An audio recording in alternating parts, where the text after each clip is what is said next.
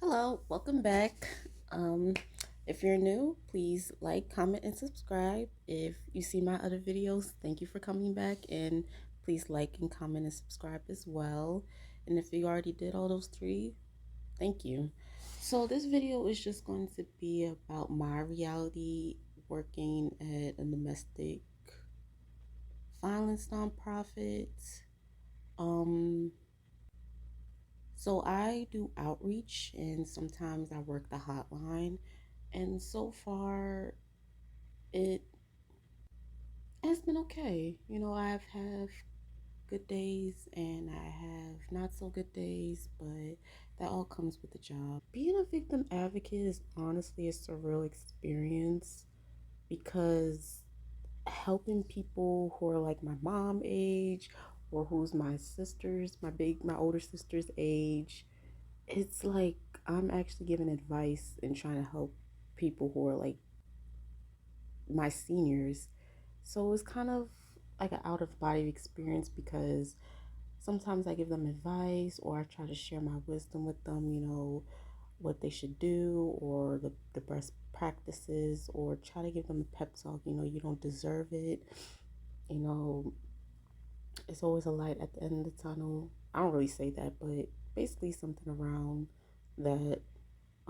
I help people my age, which is very out of body experience because it's like you're helping someone who who's literally your age going through all this tumultuous experience, and it just makes you be grateful to life that you went down a different road or that you're not going through it.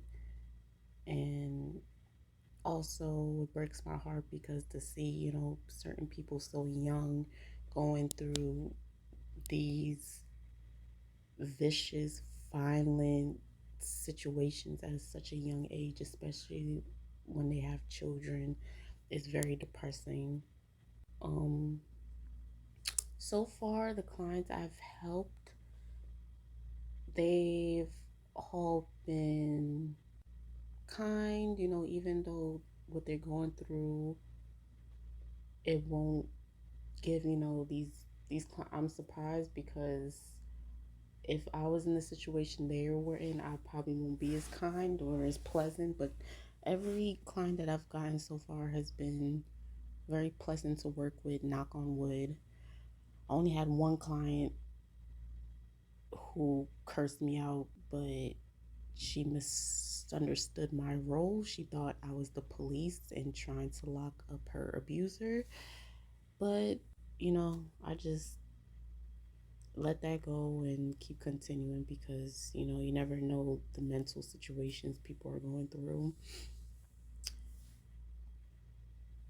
So my everyday just consists of getting the police reports, input the data into our system, and reaching out to the victims. Some days I'm gonna go into depth. Some days is really hard because the police reports we get are so detailed, and then the crimes that happen is despicable. Like it, I broke down a couple of times because of how you never, there's evil out there, but you never really seen it. Like it's hard to explain, but when you're in this field and you see certain things or hear to some of these victim stories, it really affects you mentally. And especially when I see the kids getting involved, or the abuser attacked the kids, that really really breaks me down. And that's when I have my really off days, because one thing I do not play with is about kids. Of course, I care about the adults too, but the kids is just where it really, really, really gets to me. So it's been a couple, like I said, it's been a couple times where I just broke down and cried. And it's two things. It's when I call the victims, and we since this low staff is not a lot of staff members, I can only call these victims so many times because I have other clients to call as well. So at most, I could only call 3 times. So when I see these high, these high, these high lethality situations, which needs critical assistance, and the victims are not answering, it really breaks my heart because trying to help, but there's no way to get into communication with them. So that's one. I think the second is when I reach out to them and what they're needing, I cannot provide. So it's like a slap in the face because I'm calling you to see if you need my help. They're telling me what they need help with, and I'm just not able to provide that help. So it's just like, I just be thinking, it's like, I know they're like, then what was the point of you calling? And it's just like I said, at a nonprofit with limited budget and resources, there's only so much we could do. We can't save everybody, unfortunately. If I could, I would. And the third one would be seeing these these reports, and the victims don't want to call. They don't want to talk to a victim advocate. They don't want you to reach out to them. And it be taking everything in my spirit to not call the phone number that's listed on their report. But I have to be compliant, and I have to respect them and not call them. Even the details that be in these reports, it's enough to give me nightmares sometimes. Like it makes me sick to my stomach, like the vicious cruelty that is in this world is it's just it's unfortunate. It's very unfortunate. um Another thing in like working at this organization is, I don't know, I feel like there's a lack of direction, a lack of leadership, and a lack of um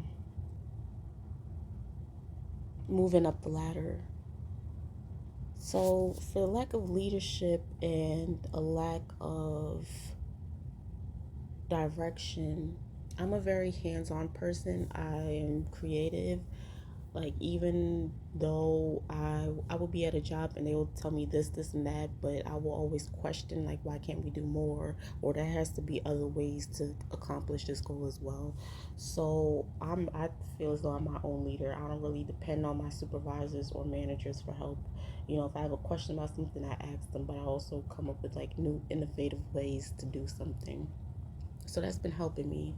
But since working here, when I have a question about something, it's like the supervisor or the director don't know.